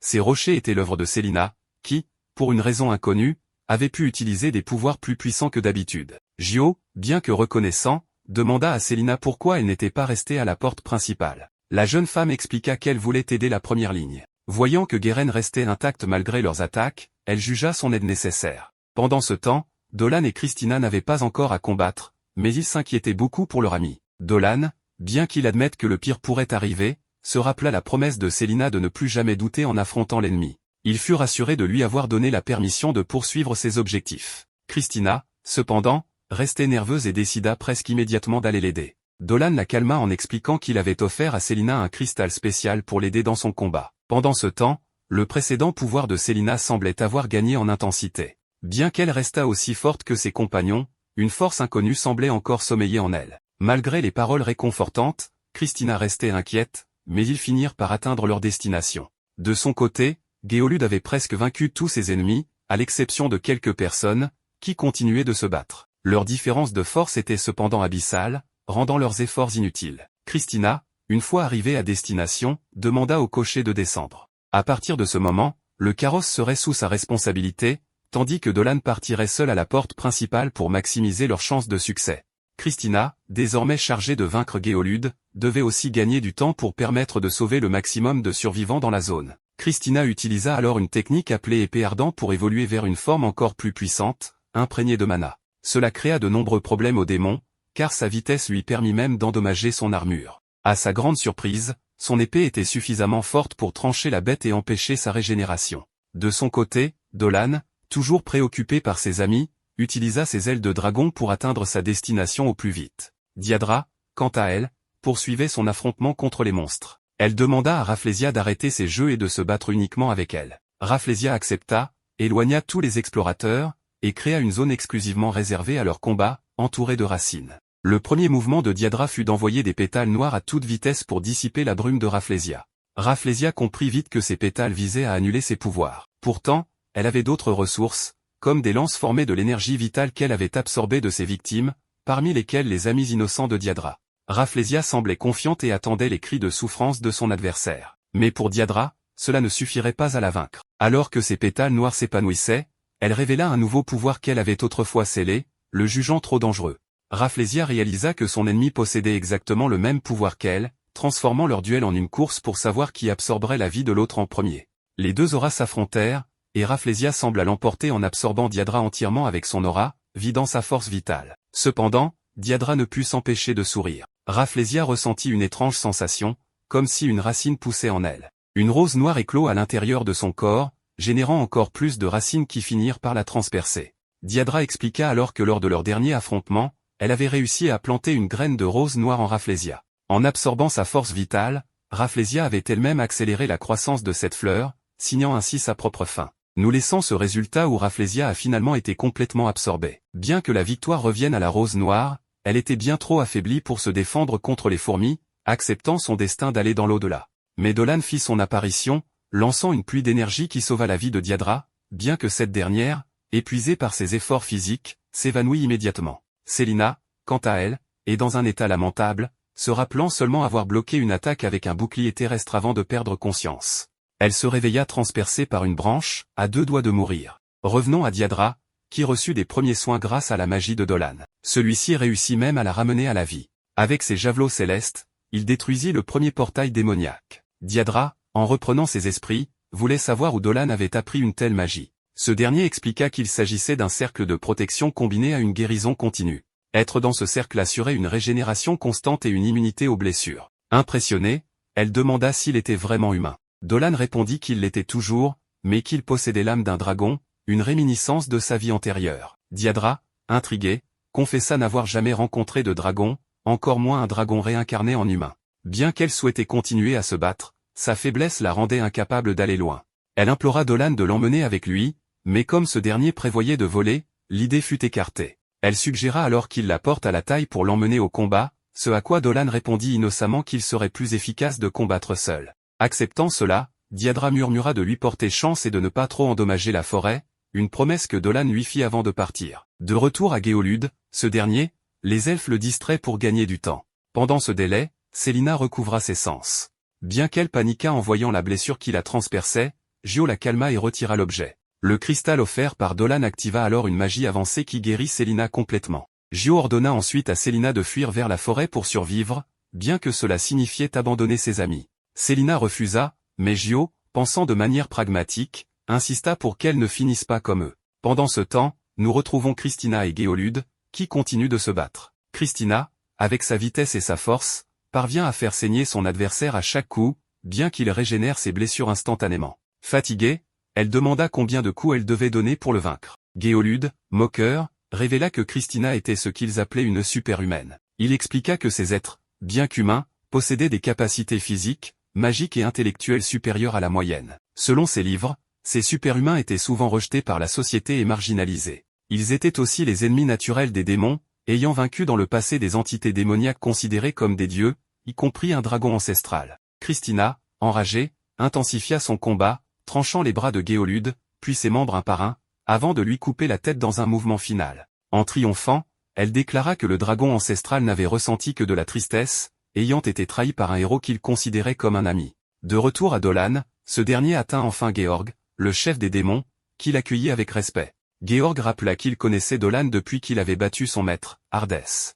Malgré cela, Georg déclara que, en tant qu'esprit obsédé par la vie, il devait le combattre. Il invita Dolan à le rejoindre dans son royaume pour un duel équitable, une proposition que Dolan accepta courageusement. D'un autre côté, Fio incita encore une fois Célina à fuir et à ne jamais se retourner. Après être partie combattre aux côtés de ses congénères elfes, Célina resta indécise quant à la suite de ses actions. Elle avoua sa peur écrasante, reconnaissant qu'elle ne pourrait jamais réellement se résoudre à infliger de graves blessures à son adversaire. Pendant ce temps, à l'extérieur du bosquet, les elfes tenaient leur position contre Guéren. Fio lui avait ligoté le bras avec des lianes, mais dès qu'il se libéra, Gio tira une flèche sur l'articulation vulnérable, suivie d'une frappe de foudre d'un autre elfe, intensifiant les dégâts. Guéren loua leur attaque coordonnée, mais déclara que cela ne suffirait pas à le mettre à terre. Soudainement, son abdomen se transforma en 6 tentacules pointus. Les elfes reculèrent sous le choc tandis que Guéren expliquait sa capacité à remodeler son corps entier, y compris son armure et son casque, qui faisaient partie de lui-même. Alors qu'il frappait avec les tentacules, Célina entendit leurs cris de douleur. Elle tenta immédiatement de ramper vers eux, mais son corps était toujours secoué par la douleur. Heureusement, le mouvement était désormais possible. Regardant la pierre magique que Dolan lui avait confiée, elle supplia de la force pour protéger ses amis. Au-delà des arbres, Guéren avait anéanti tous les elfes. Il tenait la tête de Gio par moquerie, demandant si c'était là tout ce dont ils étaient capables. Il lança Gio sur le côté, prêt à porter le coup final, mais juste à ce moment-là, Célina arriva, le liant avec des chaînes magiques scintillantes. La surprise se lit sur les visages des spectateurs, tandis que Guéren riait, remarquant qu'elle offrirait plus de divertissement que les elfes. Il brisa aisément les chaînes et lança ses tentacules vers elle, mais Célina invoqua son serpent spectral, qui intercepta l'attaque avec des crocs venimeux. Guéren opta pour une attaque directe, mais elle invoqua un énorme point spectral qui le repoussa. Elle avertit Fio et les autres de rester à distance, expliquant qu'elle était saturée de mana et ne pouvait garantir le contrôle sur sa puissance croissante. Les elfes se replièrent rapidement.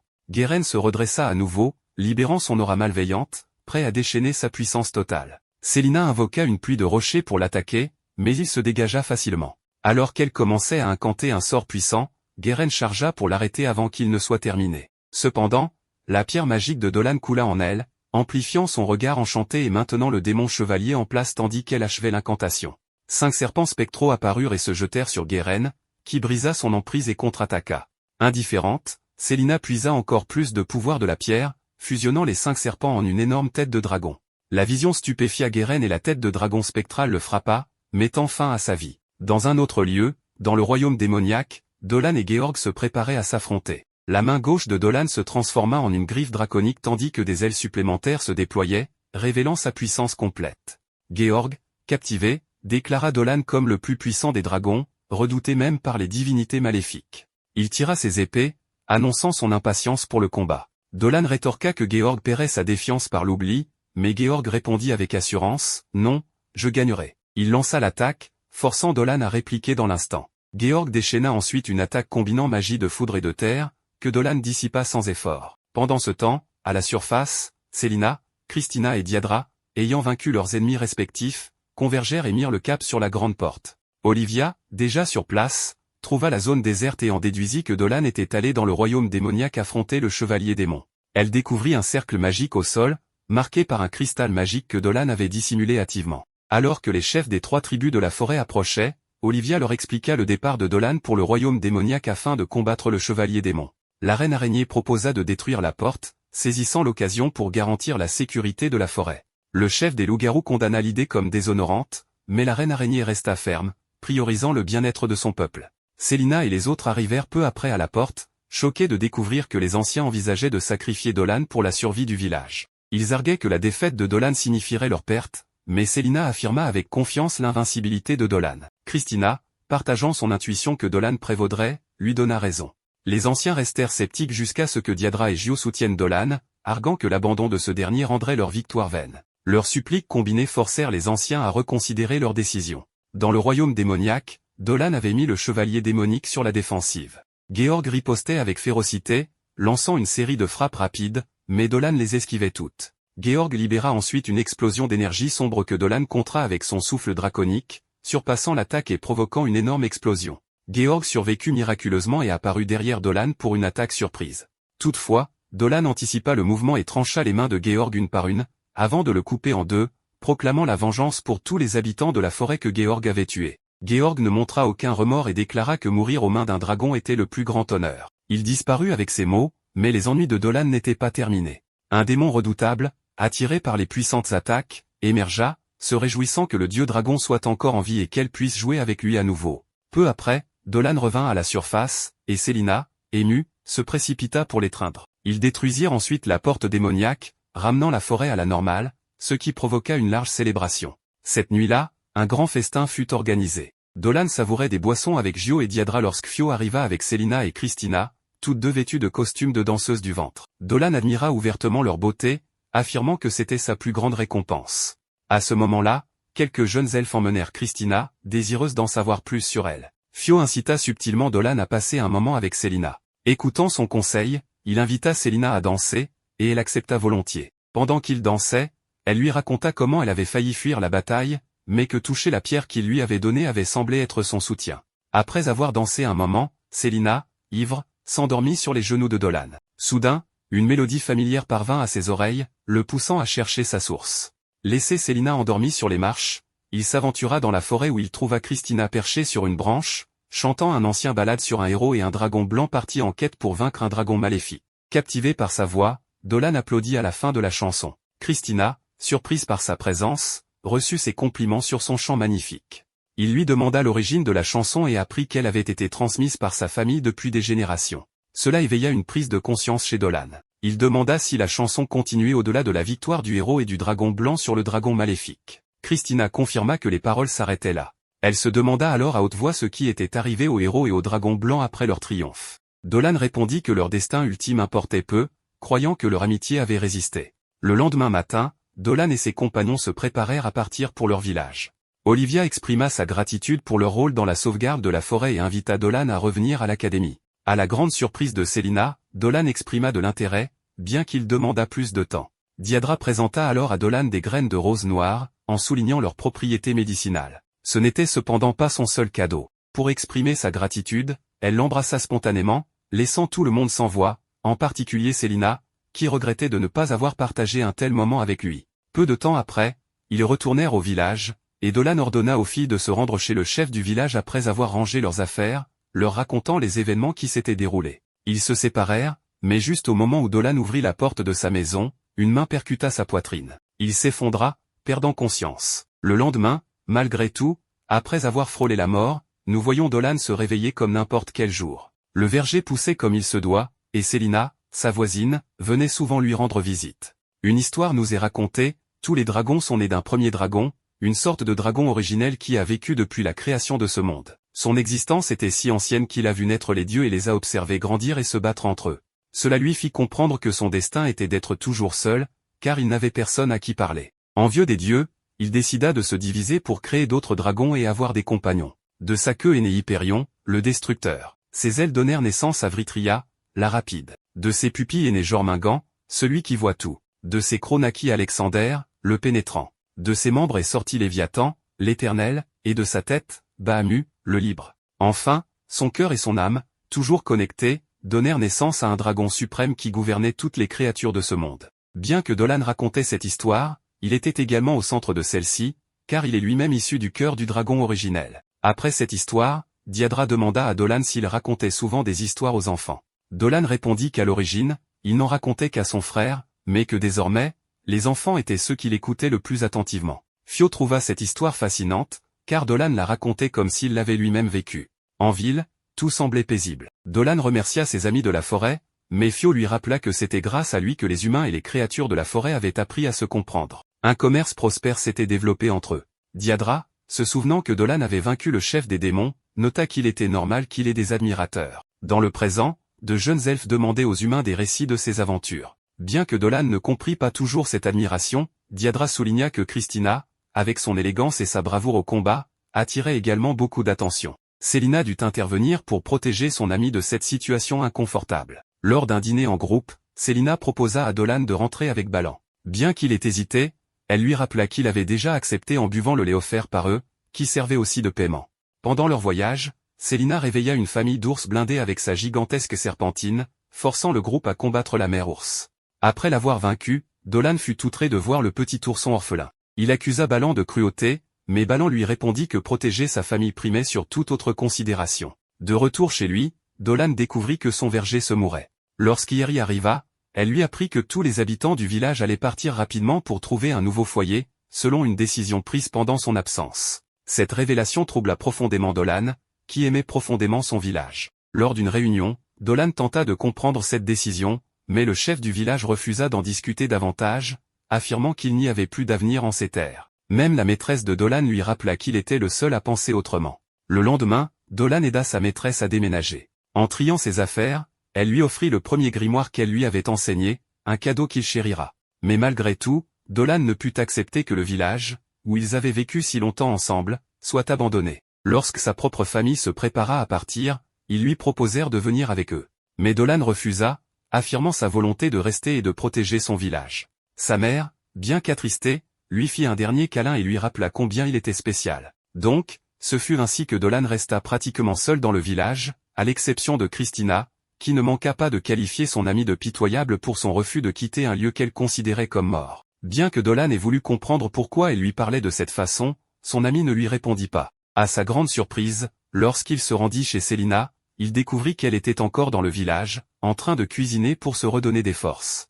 En le voyant, elle lui offrit immédiatement une soupe, tout comme lors de leur première rencontre. Cette fois, cependant, c'était elle qui cuisinait. En partageant ce repas, Célina rappela à Dolan que la soupe contenait du lait de Miu, ce qui signifiait qu'ils en goûtaient probablement pour la dernière fois. Dolan en profita pour demander à son amie pourquoi elle s'était débarrassée de tous ses biens habituels, mais avant qu'elle ne puisse répondre, un bruit sourd retentit dans la direction de la maison de Dolan. Accourant sur place, ils tombèrent sur Christina en train de tout incendier. Selon elle, cela rendait l'endroit bien plus attrayant ainsi. Elle expliqua également que certains villageois étaient revenus pour l'aider, considérant que si ce lieu maintenait Dolan attaché, il fallait le détruire pour qu'il soit enfin libre. Malgré tout, Dolan ne comptait pas quitter le village simplement parce que sa maison était en cendres. Christina, insatisfaite, menaça ensuite de brûler son potager, qu'il avait cultivé avec tant d'amour. Dolan l'interrogea alors sur les raisons de ses actes, mais Christina répétait inlassablement qu'elle le faisait uniquement pour qu'il soit libre. N'ayant plus d'option, Dolan se tourna vers Célina, mais celle-ci, déjà prête à partir avec son sac sur le dos, le remercia simplement pour tout ce qu'il avait fait. Ce geste bouleversa Dolan, qui se souvenait de tous leurs efforts pour que Célina soit acceptée par le village. Christina en profita pour lui rappeler qu'il devait ouvrir les yeux, personne ne voulait vivre près de lui, surtout pas quelqu'un qui n'était pas humain. La peur qu'il inspirait aux autres était tout simplement insurmontable. Ces mots achevèrent de plonger Dolan dans un état de confusion totale. Il se demandait quel mal il avait pu faire. Pendant 16 ans, il s'était donné corps et âme pour faire prospérer le village, mais cela n'avait jamais semblé suffisant. Ses pensées tourbillonnaient, emplissant son esprit des mots des villageois lors de leurs derniers jours ensemble. Tous voulaient s'éloigner de lui. Pourtant, une petite part de lui espérait encore une lumière. Mais lorsqu'il ouvrit les yeux, ce qu'il vit, c'étaient ses mains. Des mains de dragon. Il réalisa qu'il se trouvait au sommet du volcan où il avait vécu dans sa vie antérieure. Sa blessure infligée par le héros avait disparu. Tout cela ressemblait à un rêve. Sa vie de 16 ans n'était peut-être qu'une invention de son propre esprit, tout comme les gens qu'il avait aimés. Bien qu'il entende des voix lui dire que tout cela n'avait jamais existé, Dolan refusait de les croire. À cet instant, Célina apparut, portant l'amulette que Dolan lui avait offerte. Malgré ses doutes, Célina n'eut aucun mal à reconnaître le gigantesque dragon devant elle comme étant Dolan. Pour elle, il était impossible de ne pas le reconnaître. Pour Dolan, il était étrange de voir qu'elle n'avait pas peur. Mais Célina lui expliqua qu'elle ne pouvait pas ressentir cela près de lui. Elle se souvenait de toutes les fois où il l'avait aidée, depuis le jour où ils s'étaient rencontrés, lorsqu'il lui avait préparé une soupe. Leur lien s'était renforcé à travers leurs aventures, si bien qu'elle avait fini par lui faire une confiance absolue. Célina demanda alors à monter sur lui, ce qu'elle fit avant de l'étreindre chaleureusement. Bien qu'elle ressente une légère crainte à l'idée de tomber, elle savait qu'avec Dolan, rien de mal ne pouvait lui arriver. Elle le remercia d'être son ami, et Dolan la remercia à son tour d'être apparu dans sa vie. Après avoir posé Célina au sol, son côté timide refit surface, réalisant qu'elle venait de faire quelque chose d'audacieux. Dolan, fidèle à lui-même, ne comprit pas les sous-entendus et répondit simplement ce qu'il disait habituellement. Peu après, Célina commença à s'endormir, épuisée. Dolan lui promit que tout irait bien à son réveil, l'enveloppa dans un nuage pour la mettre en sécurité, et se concentra ensuite sur sa véritable mission. Il appela alors son ennemi à se montrer, la déesse de la destruction, Alra-Calavit. Elle apparut, déclarant que cette fausse réalité n'était qu'un piège pour empêcher Dolan de se réveiller. Dolan, pour sa part, voulait comprendre pourquoi Calavit lui avait montré le pire cauchemar qu'il aurait pu imaginer. Calavit lui répondit qu'il l'avait amplement mérité. En effet, il avait utilisé le héros comme prétexte pour se rendre. Mais cette décision, profondément égoïste, avait été un acte de lâcheté qui revenait à abandonner les humains, les dieux, les autres dragons, et même lui-même, sans consulter personne. Pire encore, il l'avait fait pour mener une vie totalement monotone et dénuée de sens. Dolan, de son côté, reconnut qu'il avait peut-être fait une erreur. Cependant, après être rené en humain, il réalisa que ses parents, les villageois, et ses amis avaient tous été essentiels pour lui apprendre quelque chose qu'il n'avait jamais eu dans sa vie précédente de dragon, la détermination. Si seulement il avait eu cette détermination, il aurait peut-être affronté le héros au lieu de simplement se rendre. C'est pourquoi Dolan déclara que dans cette vie, il comptait profiter pleinement de son existence humaine, tout en conservant son âme de dragon. Cela signifiait également que son nouvel ennemi était désormais Calavit qui se tenait devant lui. Même si ses paroles semblaient inspirantes, la démone lui rappela que ce monde était le sien et qu'elle le contrôlait entièrement. En disant cela, un étrange dragon apparut des profondeurs. Selon Calavit, il s'agissait du même dragon qui avait donné tant de mal à lui-même et aux héros légendaires dans le passé. Cependant, cette fois, Dolan, sans prononcer un mot de trop, s'élança avec un enchaînement de coups puissants. Ses attaques suffirent à vaincre à la fois son ennemi juré et Calavit. Dolan jugeait impardonnable de lui avoir montré son pire ennemi, et le châtiment pour cela fut un coup de poing dévastateur de dragon. Bien que cela n'ait pas suffi à tuer la démone, celle-ci se plaignit qu'il n'aurait pas dû devenir plus fort après sa renaissance. Dolan, de son côté, expliqua que renaître avec cette force n'était pas une bénédiction pour lui, car sa prochaine réincarnation pourrait tout simplement ne pas exister. Son âme risquait de ne pas supporter tant de réincarnations successives combinées à son pouvoir. La démone comprit, reconnaissant qu'il faisait référence à la malédiction des dieux déchus qu'un ennemi lui avait infligée dans le passé. Cela signifiait que Dolan n'avait probablement plus beaucoup de temps à vivre, ou du moins pas autant qu'un humain normal. Cette révélation inquiéta Calavit, qui ne pouvait rester indifférente à l'idée de voir un ami mourir. Après tout, leur amitié avait empêché Dolan de la détruire récemment. Dolan, comprenant que Calavit était une déesse déchue avec un lourd passé de malfaisance, réalisa qu'elle était aussi sa seule véritable ennemie depuis longtemps. Pour cette raison, il la considéra également comme une amie. Cette déclaration suffit à ramener Dolan à une matinée typique. À son réveil, Célina le traita de paresseux pour avoir tant tardé à se lever. Dolan, curieux, lui demanda ce qu'elle ferait si elle rencontrait des ours cuirassés pendant une chasse. Célina répondit qu'elle n'utiliserait que ses yeux pour éviter que quiconque ne soit blessé. Cette réponse confirma à Dolan qu'il vivait bien dans le présent. Plus tard, en cherchant Christina, Dolan lui annonça qu'après réflexion, il avait décidé de rejoindre l'académie de Galoa. Un rêve où Berne était détruite l'avait poussé à vouloir protéger son village plus que jamais. Denzel, dans le passé, lui avait conseillé d'apprendre de nouvelles magies pour améliorer la qualité de vie du village. Christina trouva que c'était une excellente idée, car avoir un ami en classe serait bénéfique. Ce même après-midi, tout le monde vint lui dire au revoir, même si Dolan précisa qu'il ne partait que pour passer l'examen d'entrée et reviendrait bientôt. Pendant l'examen, Calavite l'aida discrètement en mentionnant que des magies anciennes, oubliées dans le présent, pourraient être utiles. Cependant, cette intervention fit passer Dolan pour quelqu'un de distrait, ce qui poussa le professeur à lui demander son examen, tout en lui rappelant qu'il y aurait une épreuve pratique le lendemain. Pendant ce temps, au village, ses amis étaient fiers qu'il passe un examen important en ville. Mais Célina s'inquiétait de ne pas pouvoir vivre sans lui pendant 2 ans. Célina, de retour chez elle, s'occupa en lisant des livres illustrés, une activité rendue possible grâce à Dolan, qui lui avait appris à lire. Cette différence d'éducation impressionnait également la jeune fille, car Dolan souhaitait s'améliorer pour que tout le monde ait une meilleure vie à l'avenir. Comme dans le livre qu'elle lisait, elle était en partie considérée comme un monstre, ce qui la convainquait peu à peu qu'elle ne devait pas rester près de son ami. Sans compter que son objectif restait de trouver un mari, car c'était le but de sa vie. Cependant, la dernière page du livre, où un humain s'approche d'un monstre, lui donna un peu d'espoir. Elle ne pouvait nier qu'elle avait toujours eu des sentiments pour lui, mais ce moment était difficile, car même s'il décidait de rester avec elle, elle ne pourrait jamais être heureuse dans le village. Cela ne lui laissait qu'une seule option, ne jamais revenir au village. De son côté, Dolan, au milieu de la nuit, attendait Denzel pour discuter d'un sujet très important. Sans savoir pourquoi, Dolan se rendit directement chez Célina le lendemain, mais elle ne répondait pas, même lorsqu'il l'appelait. N'ayant pas d'autre choix, Dolan entra chez elle et trouva 2 lettres, l'une adressée au village et l'autre à lui-même. Dans cette dernière, la Lamia remerciait Dolan pour tout et révélait que son objectif de trouver un mari était devenu sa nouvelle motivation. Bien sûr, Dolan ne perdit pas de temps et partit à sa recherche. Dans sa lettre, elle s'excusait également de ne pas s'être personnellement dite au revoir. Déterminé, Dolan reprit sa forme de dragon pour couvrir plus de terrain. Lorsqu'il la retrouva enfin au crépuscule, Célina s'était réfugiée comme d'habitude sur le sol pour dormir. Entendant un bruit, elle pensa d'abord à un ennemi et prit la fuite, mais elle se rendit vite compte qu'il ne s'agissait que de son ami. En marchant ensemble, ils revinrent à la rivière où ils s'étaient rencontrés pour la première fois. Ce moment fut empreint de nostalgie, surtout lorsque les esprits de la Terre étaient proches, bien qu'il n'y ait plus d'ennemis grâce à leur travail passé. Cependant, Célina ne voulait pas se réattacher à Dolan.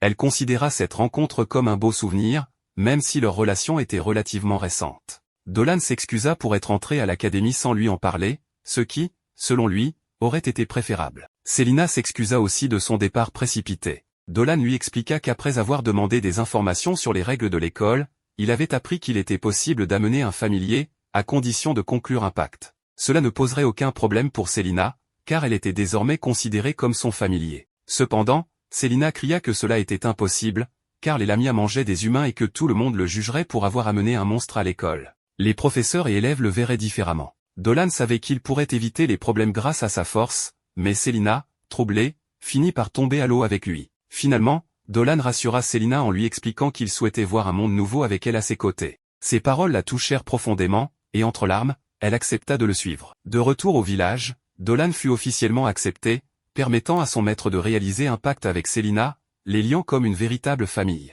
Avant leur départ pour l'académie, tous les habitants vinrent leur dire au revoir, y compris le chef du village et la mère de Dolan, qui leur donnèrent des conseils et leur exprimèrent leurs vœux de bonheur. Dans le cœur de Célina, ces adieux représentaient une opportunité de découvrir une nouvelle vie avec Dolan, son meilleur ami, peut-être même son partenaire. Leur lien s'approfondissait, et bien qu'elle ait douté, Dolan lui prouva qu'elle avait toujours une place à ses côtés. Vive l'amour entre espèces, peut-on dire.